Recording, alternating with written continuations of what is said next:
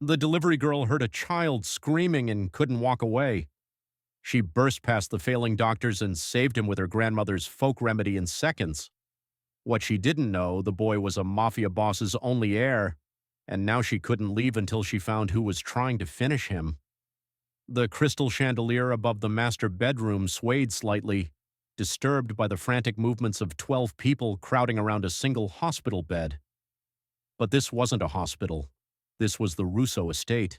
15,000 square FT of marble floors, oil paintings worth millions, and secrets buried deep enough to never see daylight. None of that mattered now. 8-year-old Lucas Moretti was dying. His small body convulsed violently against the silk sheets, back-arching unnaturally as foam gathered at the corners of his mouth. Monitors beeped in chaotic rhythms, their sounds mixing with the urgent voices of doctors who'd flown in from Switzerland, Japan, and Johns Hopkins. Epinephrine, now Dr. Morris embarked, his hands shaking as he prepared another injection. He'd performed surgery on presidents, he'd saved senators, but this child, this one fragile boy, was slipping through his fingers like water. Adrian Moretti stood at the foot of the bed, a mountain of a man in a custom suit that probably cost more than most people's cars. His knuckles were white around the bedpost, the wood creaking under his grip. At 40, Dante had built an empire. He controlled half the city's ports, owned judges, had politicians in his pocket. Men feared him. Raoul families wouldn't dare breathe his name without respect. But right now, watching his only son suffer, Dante Russo was just a father, helpless and drowning in terror. "What's happening?" His voice was dangerously quiet, the kind of quiet that came before storms. "You said the treatment would work." Dr. Morrison didn't look up, too focused on checking Luca's vitals. "The seizures aren't responding to medication. His body is rejecting everything." "We then try something else." Dante's roar shook the room. A nurse flinched. 2 specialists exchanged worried glances. They'd lost count of the treatments they'd tried over the past 3 weeks. Experimental drugs, cutting-edge procedures, ancient remedies. Nothing worked. In fact, Luca only got worse. Mr. Russo. Vincent Caruso finally met his eyes, and Dante saw something there that made his blood turn to ice. Resignation. "We've exhausted every option. His organs are starting to fail. I don't think he'll make it through the night." The words hung in the air like a death sentence. Dante's hand moved to his waistband where his Glock rested, his fingers wrapped around the grip. "Let me make something crystal clear. Doctor, if my son dies, you die. Every single one of you in this room dies, you understand?" It wasn't a threat, it was a promise. Vincent Caruso's face went pale, but before he could respond, Luca's monitor began shrieking. The boy's eyes rolled back, his body going rigid. "He's crashing. Get the defibrillator." The room exploded into chaos. Doctors shouted orders, nurses scrambled, medical equipment clattered, and through it all, Dante stood frozen, watching his son die in front of him. He'd killed men, destroyed families, built his empire on blood and fear, but he couldn't save his own child. A knock on the door went unnoticed at first. Then another more insistent. "Not now!" someone shouted. The door cracked open anyway, and Sofia Delgado, the head of kitchen staff, poked her head in nervously. "Mr. Russo, I'm so sorry to interrupt, but get out." Dante's voice was a thunderclap. Sofia Delgado flinched but didn't leave. "Sir, the herbal delivery is here for tonight's dinner. She says she needs a signature or she can't leave the... I don't give a damn about dinner." Dante turned on her and Sofia Delgado stumbled backward, but she'd worked for the Russo family for 20 years. She knew when to push. "I know, sir. I'm sorry. I'll send her away. I just thought the chef ordered special herbs, medicinal ones from that organic farm you approved last month for Master Luca's special meals." Something in those words made Dante pause. Medicinal herbs. They'd tried everything else. Luca's diet had been carefully controlled, supervised by nutritionists and specialists. Before he could respond, a woman's voice drifted up from the hallway. "Is everything okay?" I heard shouting. Then came the sound that changed everything. Luca screamed, a raw, agonized sound that didn't belong to a child. It was the sound of pure suffering, and Anna Carter, standing in the hallway with a crate of fresh herbs in her arms, felt that scream pierce straight through her chest. She didn't think, didn't hesitate. Anna had spent 32 years learning to mind her own business. As a single mother working 3 jobs just to keep her daughter fed, she'd mastered the art of keeping her head down, deliver the packages, collect the signature, move on to the next stop. But that scream, that desperate, dying sound, it shattered something inside her. Her grandmother's voice echoed in her memory. When you hear someone suffering, Anna, you help. That's what we do. That's who we are. Anna dropped the crate. She pushed past Sofia Delgado, ignoring the shocked gasp. She burst through the bedroom door, and the scene before her froze her blood. The enormous room, the desperate doctors, the machine screaming warnings, and in the center of it all, a small boy dying on white sheets. Who the hell? Someone started. But Anna was already moving, her sneakers squeaking on the marble floor as she rushed to the bedside. A doctor tried to block her, but she ducked under his arm with the agility of someone who'd spent years dodging trouble. "Get her out of here," Vincent Caruso shouted. Anna didn't listen. She reached Luca's side and placed her hands on his small chest, feeling the violent spasms racking his body. His skin was burning, his lips were blue, his eyes stared at nothing. She'd seen this before. Not in a hospital, not in any medical textbook, but 20 years ago in her grandmother's tiny kitchen when Anna's cousin had nearly died from, "Ma'am, you need to leave immediately." A security guard grabbed her shoulder. Anna spun around, and for the first time she locked eyes with Adrian Moretti. The Mafia boss stared at this stranger, this nobody in a delivery company polo shirt and worn jeans who just charged into his son's room like she belonged there. "Touch me again and you'll regret it," Anna said quietly, her voice steady despite her racing heart. "That boy doesn't have time for your protocols." Dante raised his hand, stopping the guard. Something in this woman's eyes, a fierce, desperate determination, made him hesitate. "You have 30 seconds, Dante said. "Then I put a bullet in your head." Anna turned back to Luca. 30 seconds to save a dying child. 30 seconds to change everything. She rolled up her sleeves and got to work. Anna's hands moved with a certainty that surprised even herself. She'd watched her grandmother do this exact thing when Anna was 12 years old. Her cousin Danny had eaten something toxic, his body shutting down just like this boy's. The ambulance was 20 minutes away. Grandma Rose hadn't waited. "I need hot water, clean towels, and those herbs, the ones I just delivered. The rosemary, thyme, and the dried lavender." Anna's voice cut through the chaos with unexpected authority. Nobody moved. "Now," she barked. Sofia Delgado disappeared, her footsteps echoing down the hallway. Dr. Morrison stepped forward, his face red with indignation. "Mr. Russo, this is insane. This woman has no medical training. She's going to kill your son." Dante's gun cleared its holster in one smooth motion, the barrel now pointed at the doctor's forehead. "My son is already dying. You said so yourself, so either she kills him or you did. At least she's trying something new." The doctor's mouth opened and closed like a fish.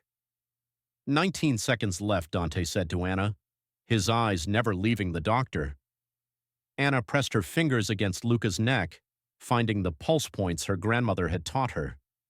The boy's heart was racing erratically, like a car engine misfiring. She applied pressure, gentle but firm, on specific spots along his throat and collarbone. "What are you doing?" a nurse whispered. "His nervous system is in overdrive," Anna said, her fingers moving to new pressure points along Luca's arms. "Everything's firing at once. I'm trying to reset it, like rebooting a computer." It sounded crazy. It probably was crazy, but her grandmother's voice echoed in her head. The body remembers how to heal itself. "Anna, sometimes it just needs a reminder." Sofia Delgado burst back into the room, arms loaded with supplies. "I brought everything." Anna grabbed a towel and plunged it into the steaming water, then wrung it out partially. She scattered herbs across the hot cloth. Rosemary for circulation, thyme for the respiratory system, lavender for the nervous system. The sharp medicinal scent filled the room immediately. "This is medieval nonsense," Vincent Caruso protested, but his voice was weaker now. Anna folded the herbed cloth and pressed it against Luca's chest right over his heart. Then she began rubbing slow, rhythmic circles that matched the pattern of a healthy heartbeat. Her other hand continued working the pressure points on his neck and arms. 1, 2, 3 in. She counted under her breath, her movements precise and deliberate. Luca's body jerked violently. "She's making it worse," someone shouted. But Anna didn't stop. She'd seen this before, too, the body fighting back before it surrendered to healing. She pressed harder, her circles becoming more insistent. 4, 5, 6 in. The monitors were still screaming. Luca's face was still blue. Dante's finger tightened on the trigger. "Your time's up. 7, 8, 9 in."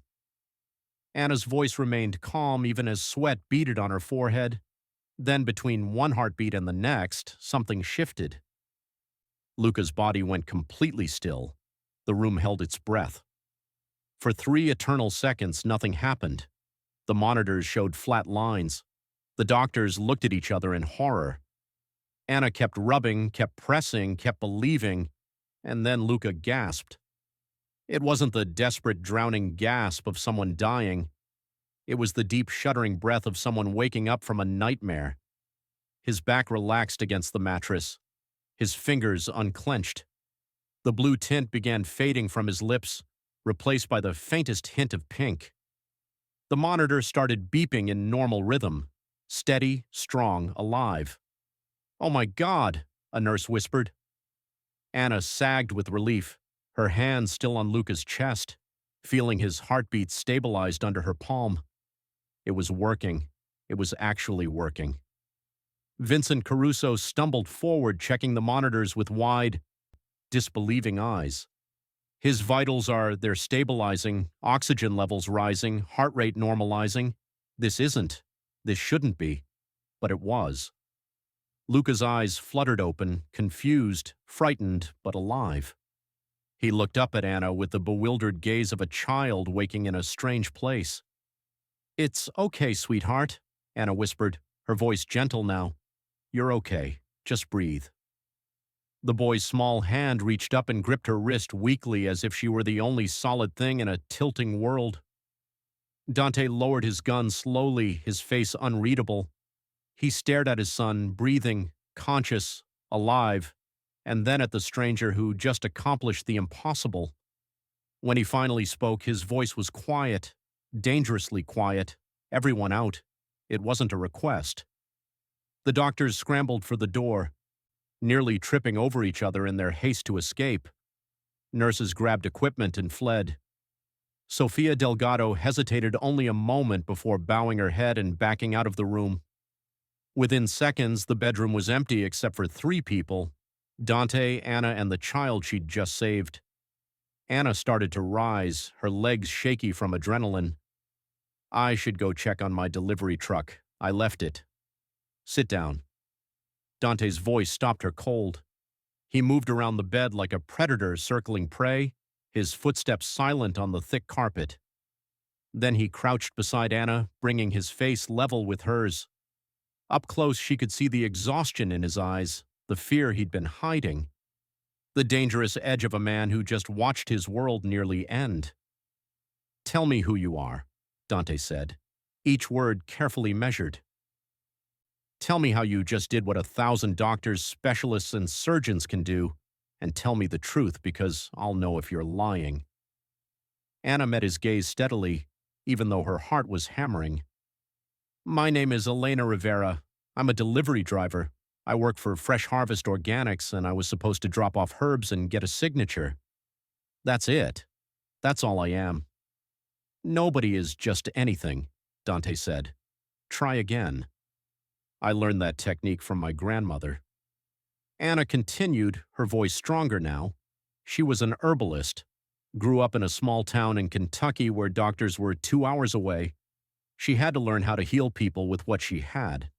She taught me before she died. Dante studied her face for a long moment, searching for deception. You expect me to believe a delivery driver just happened to save my son's life with folk medicine? I don't expect you to believe anything, Anna replied quietly.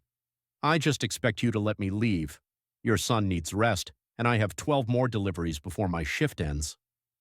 Dante almost laughed. Almost. This woman had walked into a Mafia boss's mansion, saved his dying heir, and now wanted to finish her delivery route like nothing had happened. You're not going anywhere, he said, and Anna realized her real problems were just beginning. Anna's fingers were still trembling when Dante pulled a chair directly in front of her, the legs scraping against the floor with an ominous sound. He sat down slowly, deliberately, his eyes never leaving her face. Let's start simple, he said. Where are you from? Detroit, born and raised. Anna forced herself to hold his gaze, even though every instinct screamed at her to look away.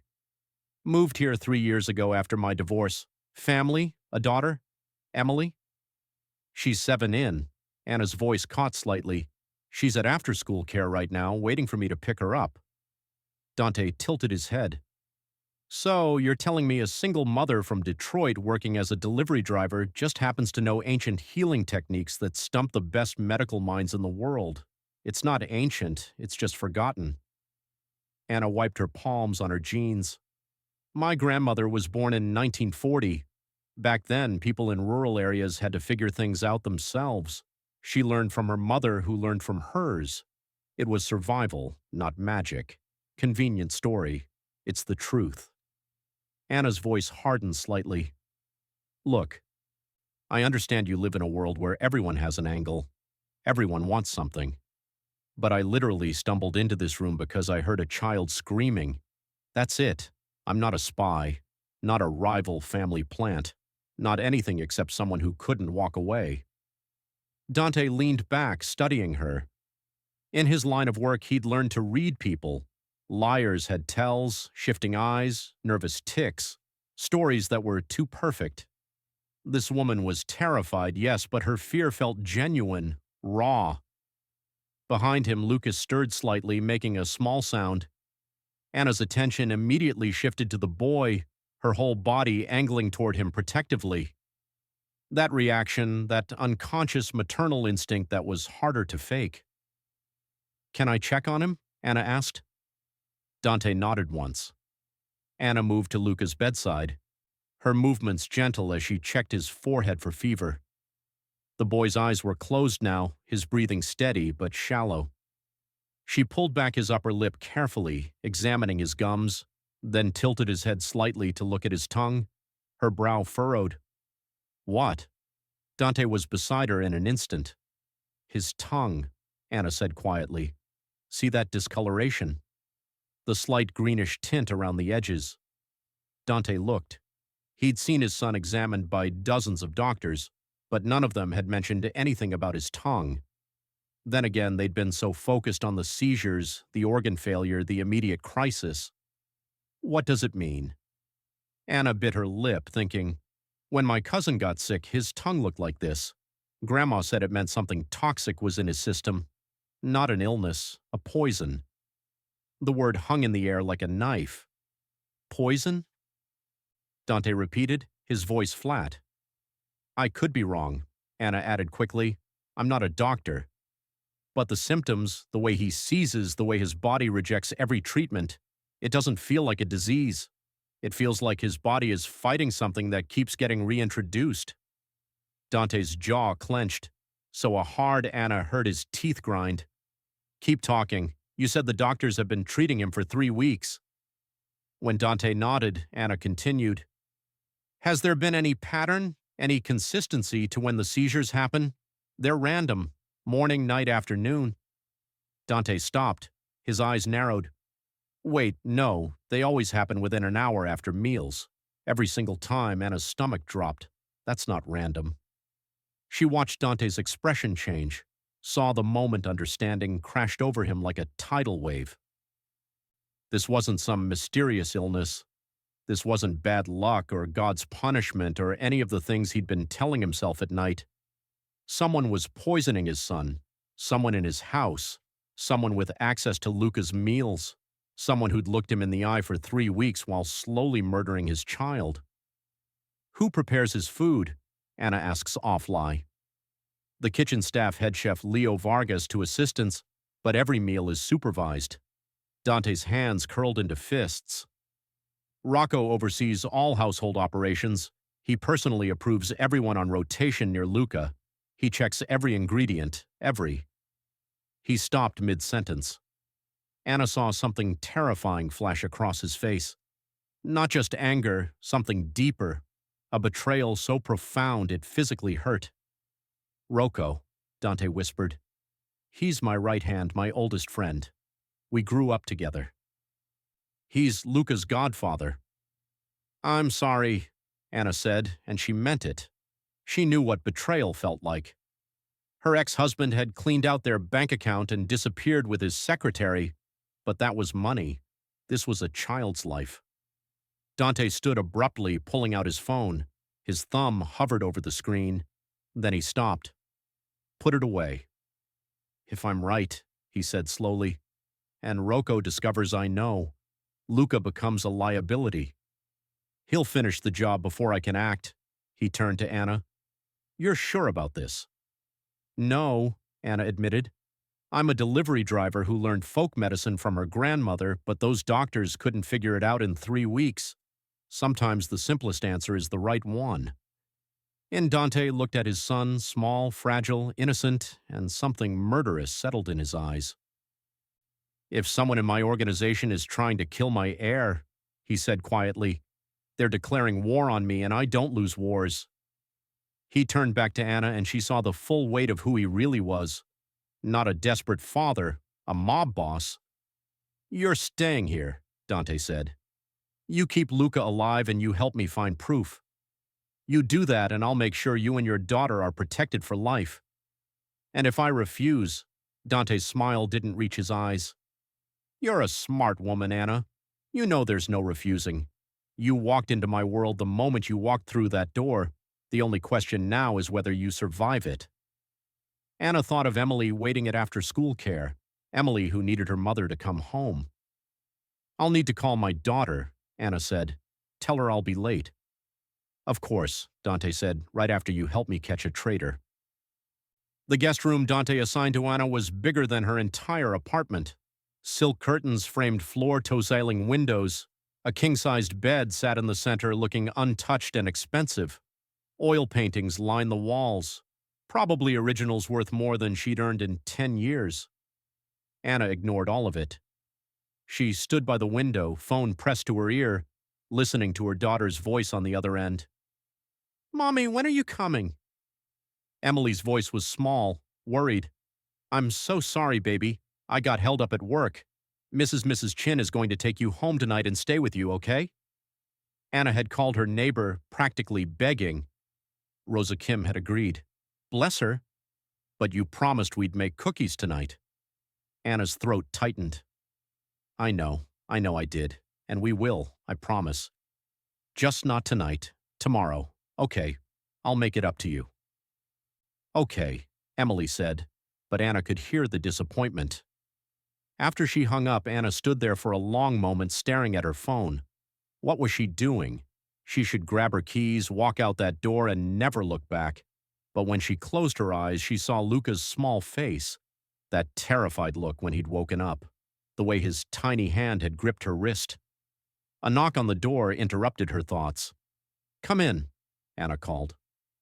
Dante entered, followed by a man Anna hadn't seen before. He was shorter than Dante Stockier, with a boxer's build and a face that had seen too many fights.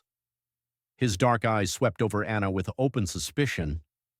This is Jacob Hayes, Dante said. My second in command, Rocco. This is Elena Rivera. She saved Luca's life. Rocco's expression didn't change, so I heard quite the miracle. Something in his tone made Anna's skin crawl. Not gratitude, not relief, something else entirely. Just luck, Anna said carefully. Right place, right time. Funny kind of luck. Rocco crossed his arms. You just happen to know exactly what to do when 12 trained doctors couldn't figure it out. Rocco. Dante's voice carried a warning. I'm just saying, boss. It's suspicious. She shows up and suddenly everything's fine. In our line of work, we don't believe in coincidences. Anav met his gaze steadily. You're right not to trust me. I'm a stranger, but your boss's son was dying and now he's not. Maybe focus on that part. Rocco's jaw tightened. For a moment, Anna thought he might actually argue, but then he glanced at Dante and backed off. I've arranged for Anna to have access to the kitchen areas. Dante said she'll be observing meal preparations for Luca, making sure everything is appropriate. The way Rocco's face hardened told Anna everything she needed to know. He didn't like this, didn't like her, and definitely didn't like someone new having access to his carefully controlled domain. Is that really necessary? Rocco asked. We already have protocols. The protocols failed. Dante's voice could have cut glass. My son almost died under your watch, Rocco. So yes, it's necessary. The two men stared at each other, and Anna felt the tension crackling between them. Years of friendship colliding with suspicion and blame.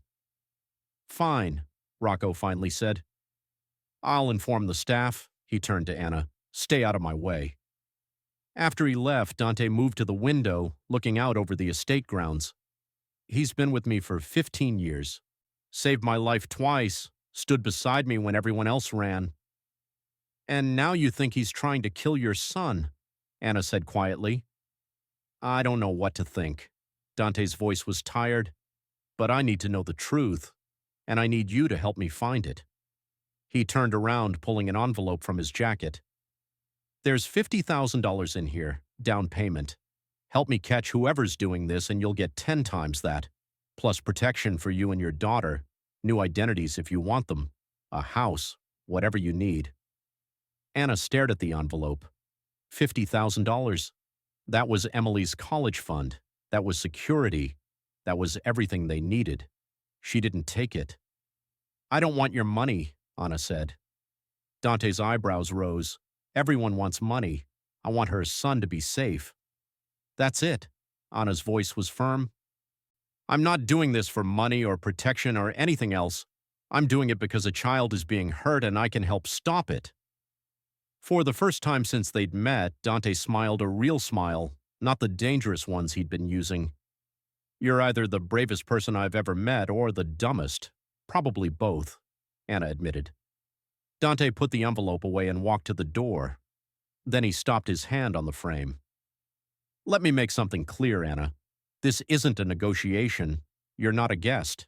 You're not an employee. He looked back at her and his eyes were cold again. You're mine until this is over. You find me the person who did this and I'll let you walk free. You fail or you try to run and there won't be anywhere far enough for you to hide.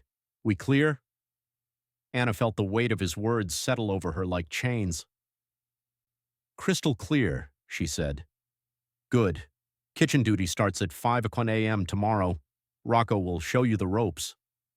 Dante paused. And Anna trusts no one. Not the staff, not the guards. In this house, everyone has secrets, and some of those secrets are deadly. After he left, Anna sat on the edge of the massive bed, her head in her hands. What had she gotten herself into? Her phone buzzed. A text from Rosa Kim with a photo of Emily safely tucked into bed holding her favorite stuffed rabbit. Anna saved the photo and held the phone close to her chest. Just find the proof, she whispered to herself. Find the proof and go home. But deep down, she knew it wouldn't be that simple. It never was. The kitchen at 5 a.m. was a different world. Anna stood in the corner, watching Chef Leo Vargas and his team move through their morning routine with military precision. Everything was labeled, organized, accounted for. Every ingredient went through Rocco's approval. Every meal was documented. It all looked perfect. Too perfect. You're the miracle worker, huh? Chef Leo Vargas said, glancing at Anna while he chopped vegetables. He was a small man with quick hands and suspicious eyes, the one who saved the boy. I just got lucky, Anna said, keeping her voice neutral. Luck? Leo Vargas snorted. In this house, there's no such thing. Anna spent 3 days watching, taking mental notes, learning the patterns. Rocco's men delivered supplies every morning at 6. The same two guys, Tommy and Victor. They wore gloves, handled everything with care, logged every item in a leather-bound book. The kitchen staff rotated, but certain people always prepared Luca's meals, always the same protocols, always supervised, and yet somehow poison was getting through. Anna's breakthrough came from an unexpected source. On the 4th day, Dante brought Luca downstairs. The boy had been improving steadily, growing stronger each day.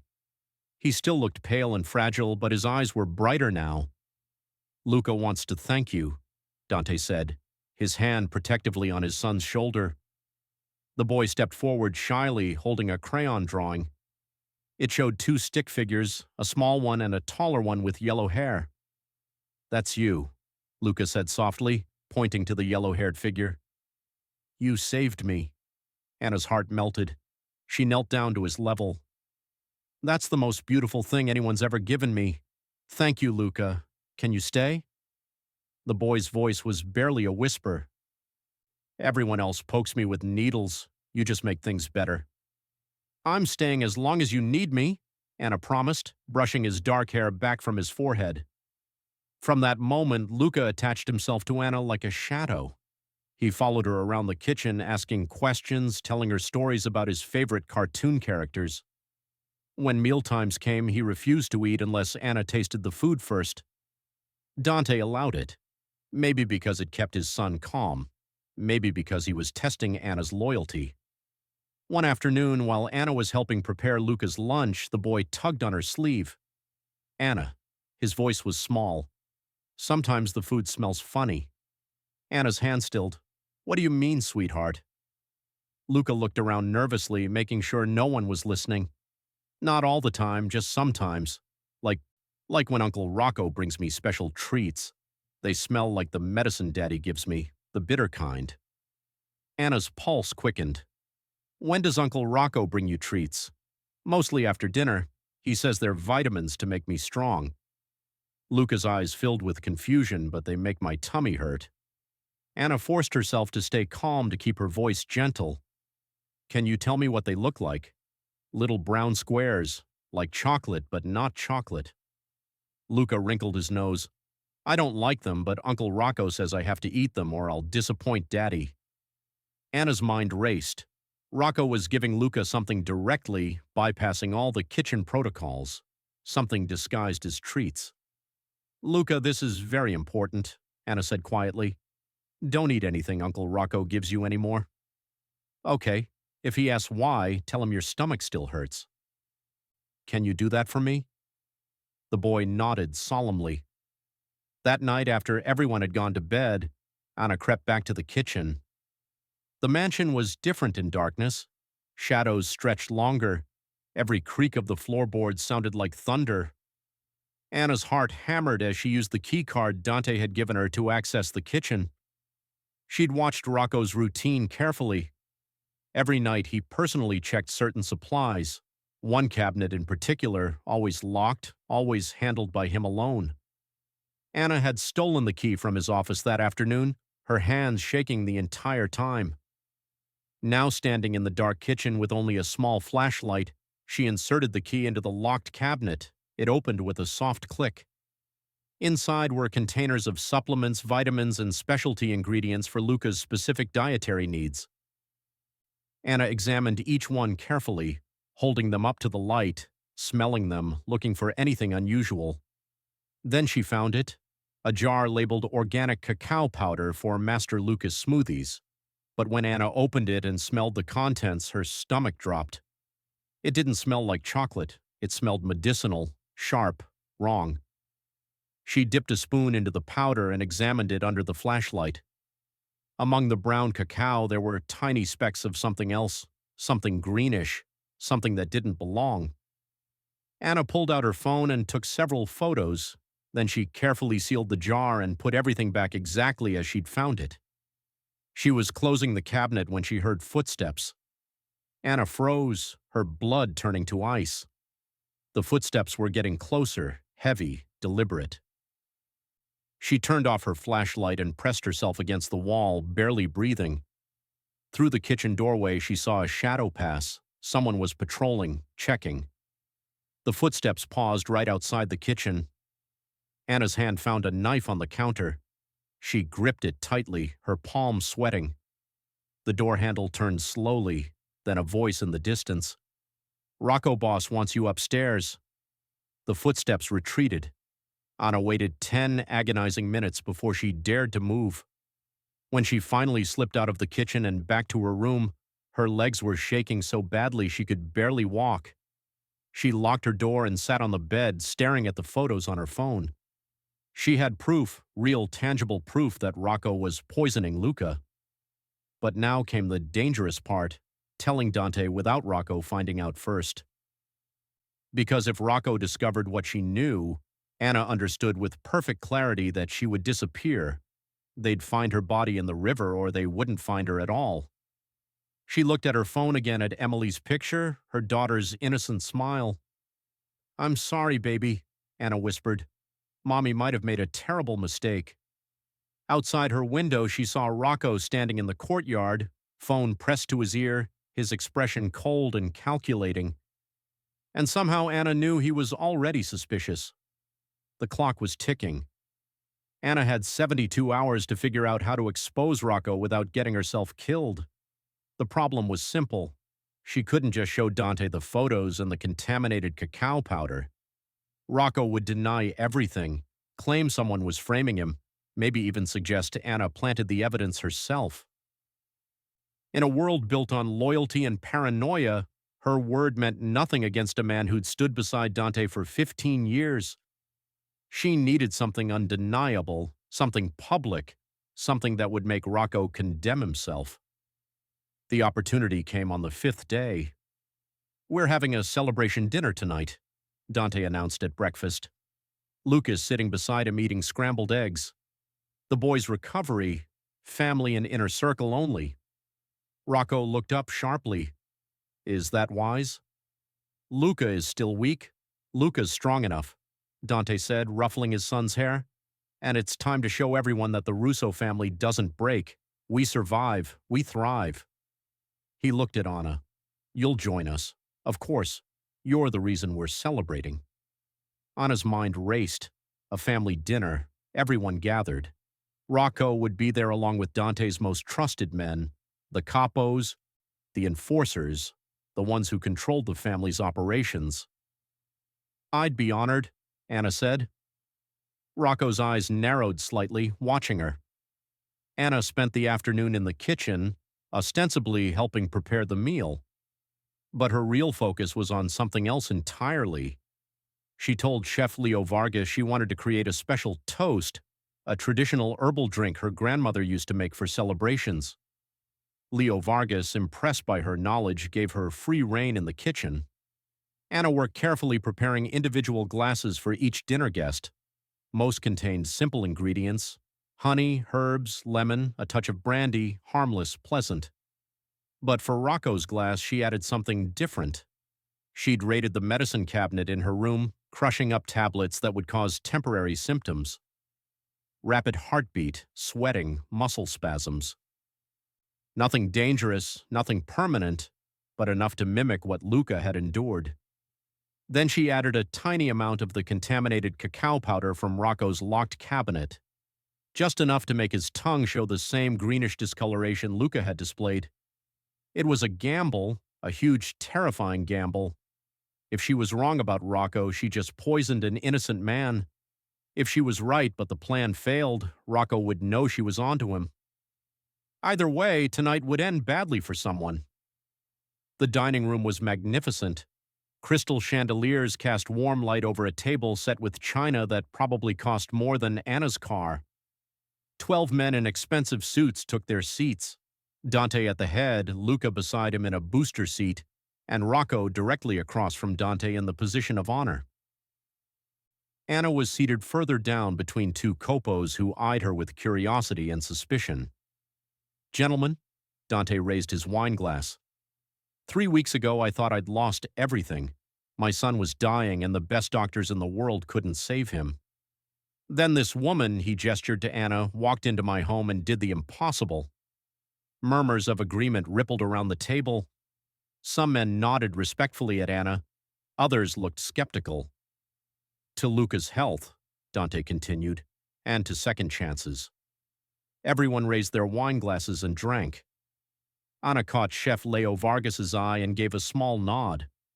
Leo Vargas stepped forward with a tray of small glasses, each containing Anna's special toast drink.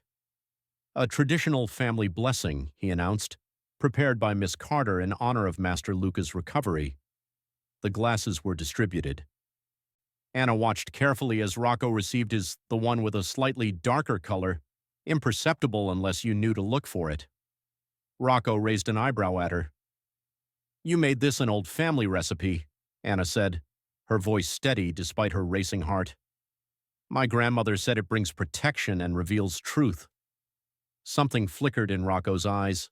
Suspicion, fear, but he couldn't refuse. Not without insulting Dante, not without drawing attention. Dante stood again, holding his small glass. "To family, to loyalty, to the blood we shed and the bonds we keep. To family," the men echoed. Everyone drank. Anna counted in her head. The tablets would take 3 to 5 minutes to work. She timed it carefully. Conversation flowed around the table. Stories were told. Luca laughed at something one of the copos said. For a moment, it almost felt normal. Then Rocco's hand trembled. He set down his glass quickly, but Anna had seen it. So had the man beside him. "You all right, Rocco?" the capo asked. "Fine," Rocco said, but his voice was strained. Sweat beaded on his forehead.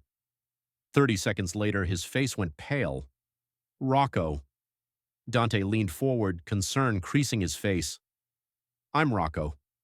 Gasped, his hand going to his chest. I don't feel his body jerked violently, exactly like Lucas had done. The glass fell from his hand, shattering on the expensive floor. Rocco collapsed sideways, his chair tipping over as convulsions racked his body. The dining room erupted in chaos. Men jumped to their feet. Someone shouted for a doctor. Dante was around the table in seconds, kneeling beside his oldest friend. "Rocco, what's happening?" Dante's voice was raw with panic. Anna stood slowly, her legs steady now. This was the moment, the point of no return.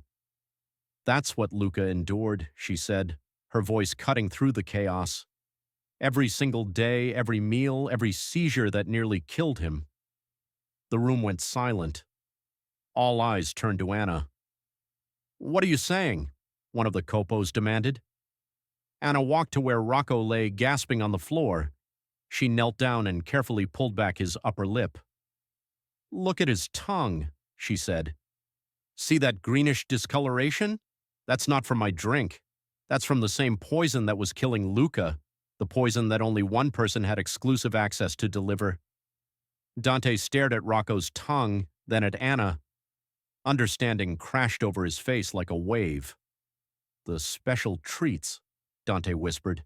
"The vitamins you gave him." Rocco's eyes went wide with realization. He tried to speak, but his body was still seizing. Anna pulled out her phone and showed Dante the photos from the locked cabinet. "I found these 3 nights ago. The cacao powder contaminated with toxins. The same powder Rocco used to make treats for Luca. You set me up." Rocco gasped between convulsions. "You poisoned me with a harmless substance that mimics symptoms," Anna interrupted. "You'll be fine in 20 minutes.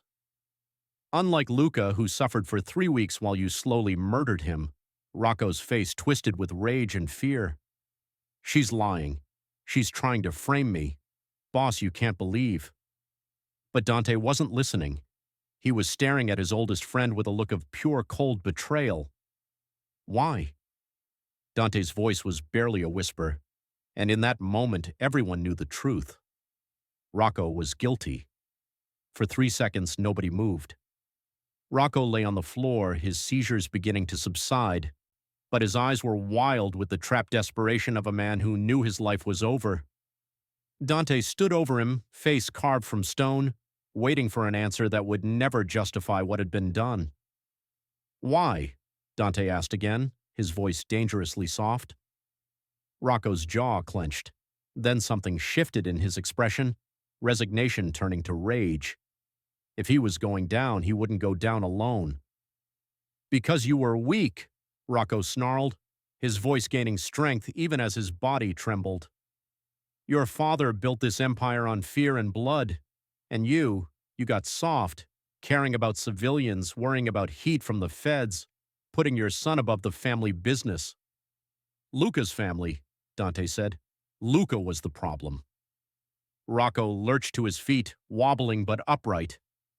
The other Copos instinctively reached for their weapons. With him gone, you would have remembered who you really are. You would have become the boss this family needs. So you decided to murder a child, Anna said, her voice cutting like a blade. An 8-year-old boy. Rocco's eyes swung to her, and the hatred there was pure and absolute. This is your fault. You should have stayed in your delivery truck, but you had to play hero. You had to.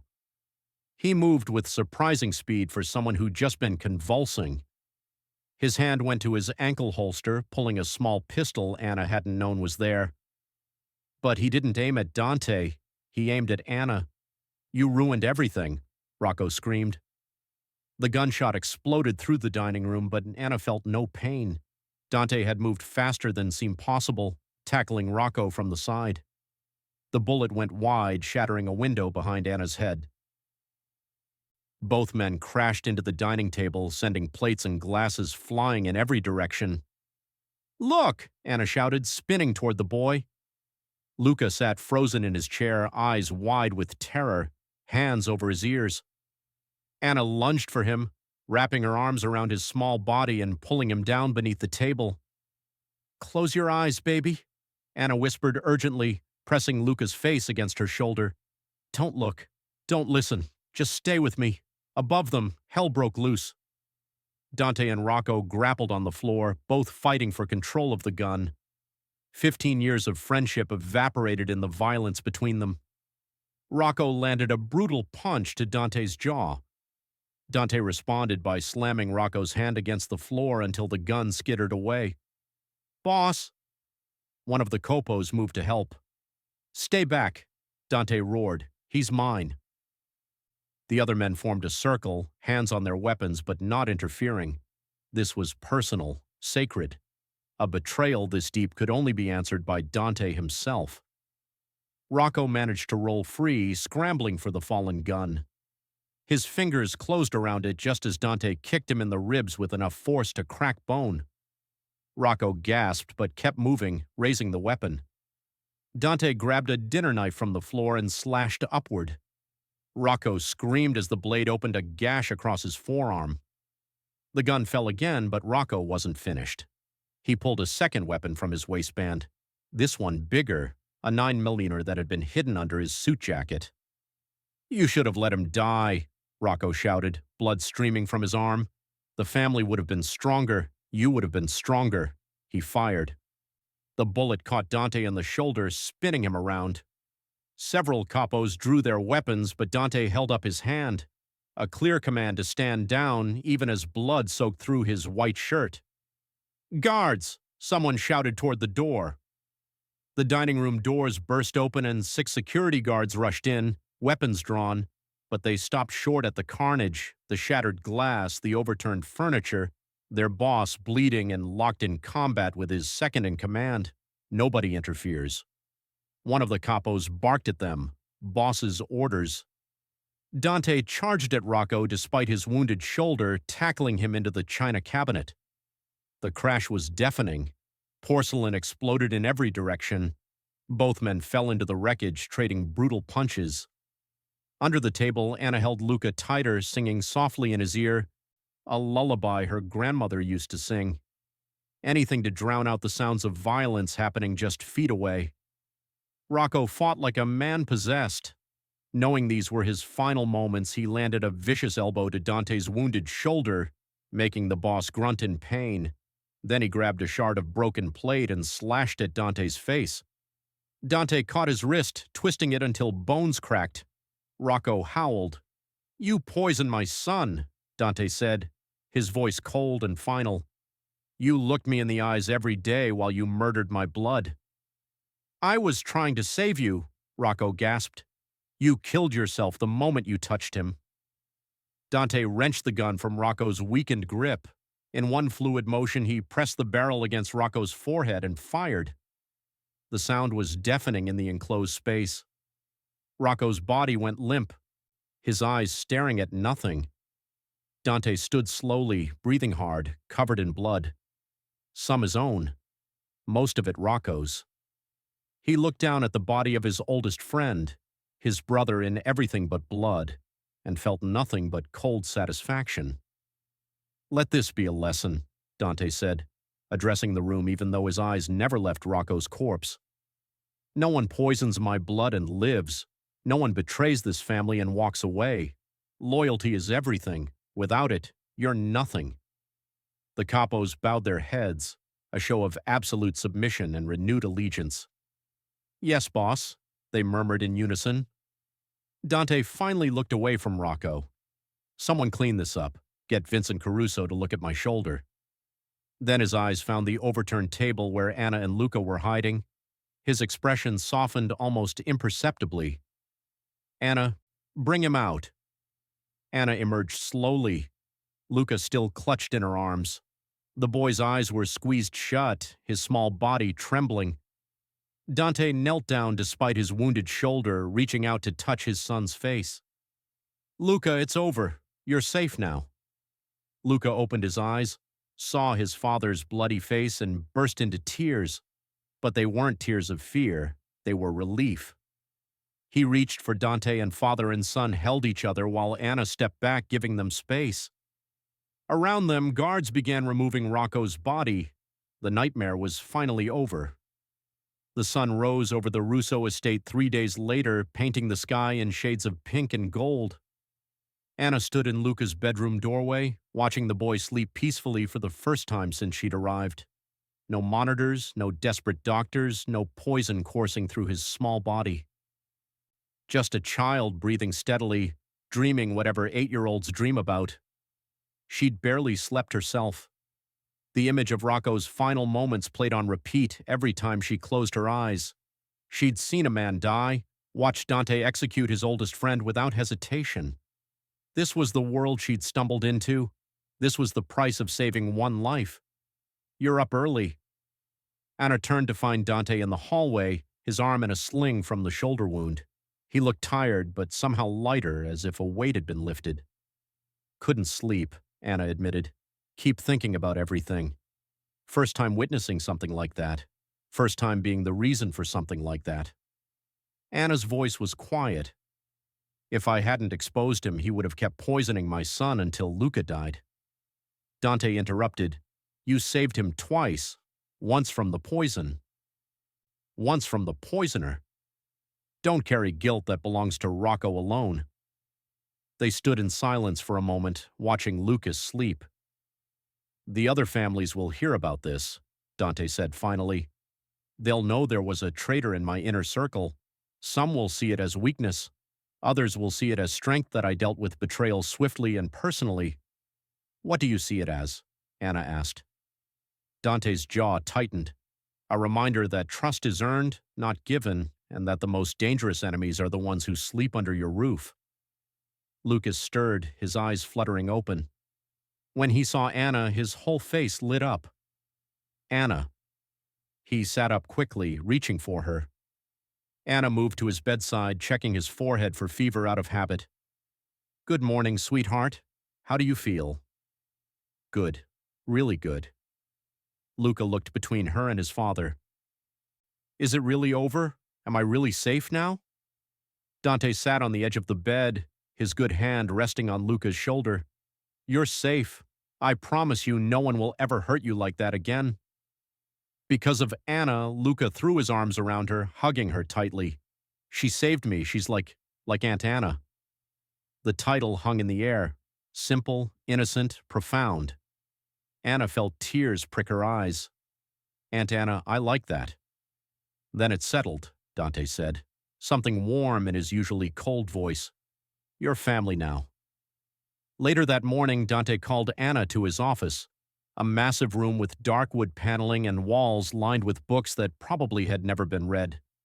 He sat behind an enormous desk looking every bit but the powerful boss he was. "Sit," he said, gesturing to a leather chair across from him. Anna sat, her hands folded in her lap. Dante pushed a folder across the desk. "That's the deed to a house in Westchester. 4 bedrooms, good school district for your daughter. It's yours, free and clear." Anna opened the folder, staring at the paperwork in disbelief. "There's also a bank account in your name," Dante continued. "$500,000 to start. More will be added monthly. You'll never have to work 3 jobs again. Emily will have everything she needs." "Mr. Russo." "Dante," he corrected. "You've earned the right to call me Dante." Anna closed the folder and pushed it back across the desk. "I can't accept this." Dante's eyebrows rose. "Why not?" "Because Lucas still needs me," and his voice was steady. "You can give me all the money in the world. Put me in a mansion, but that boy just went through hell. He needs stability routine. Someone he trusts watching over him. I have staff for that." Staff didn't save him. Staff didn't notice he was being poisoned. Anna leaned forward. "I'm not asking for wealth or luxury. I'm asking to stay here in the kitchens doing what I do best. Let me oversee his meals. Let me make sure every ingredient that enters this house is safe. Let me be the person he can count on." Dante studied her for a long moment. "You want to be a kitchen worker when you could have a mansion?" "I want to be the person who keeps your son alive," Anna said simply. "Everything else is just noise." For the first time since they'd met, Dante laughed a real genuine laugh. "You're the strangest woman I've ever met, Anna Carter." "I'll take that as a compliment." "It is." Dante stood, extending his hand. "All right, you stay. You watch over Luca. You make sure he's safe, but the house and the money, they're yours anyway for Emily. For your future, considerate payment for a debt I can never truly repay." Anna shook his hand. "Thank you." Dawn broke the next morning, and Anna found herself on the balcony outside Luca's room. The boy stood beside her in his pajamas, his small hand wrapped in hers, watching the sun climb over the horizon. "It's pretty," Luca said softly. "It is," Anna agreed. "Every sunrise is a gift, a chance to start over. Will you really stay forever and ever?" Anna squeezed his hand gently. "As long as I breathe, no harm will come to you again. That's a promise." Behind them, the balcony door opened. Dante stepped out, coffee in his good hand, watching the two of them silhouetted against the golden light. He had lost his oldest friend, discovered betrayal in his own house, nearly lost his son. But standing here watching Anna protect Luca with a fierce devotion of a mother, Dante realized something. Sometimes the people who save you aren't the ones you expect. Sometimes they're just delivery drivers with kind hearts and grandmother's wisdom. Sometimes they're exactly what you need. "Thank you," Dante said quietly. Though neither Anna nor Luca heard him, the words weren't for them anyway. They were for whoever was listening. Fate, God, the universe, for sending this woman into his life at exactly the right moment, for giving him a second chance, for reminding him that not everyone in this world wanted something from him. Some people, like Elena Rivera, just wanted to help. And in Adrian Moretti's dark world, that was the rarest gift of, as the morning sun broke through the clouds above Chicago, Adrian Moretti stood by the window of his son's room. Lucas was asleep, finally free from pain, peaceful and alive. Elena Rivera stood in the doorway, her face calm but distant. "You've done the impossible," Adrian said quietly, his voice carrying both gratitude and warning. Before Elena could reply, his phone buzzed. A single message appeared on the screen. "They know about the boy." Adrian's eyes darkened. He slipped the phone into his pocket, turning toward her. "Elena," he said slowly, "whatever happens next, stay close." Outside, thunder rolled over the city, and the reflection of the storm flashed in his eyes. The war wasn't over, it had just changed shape. If you enjoyed this emotional and thrilling Mafia story, don't forget to seek, Subscribe to the channel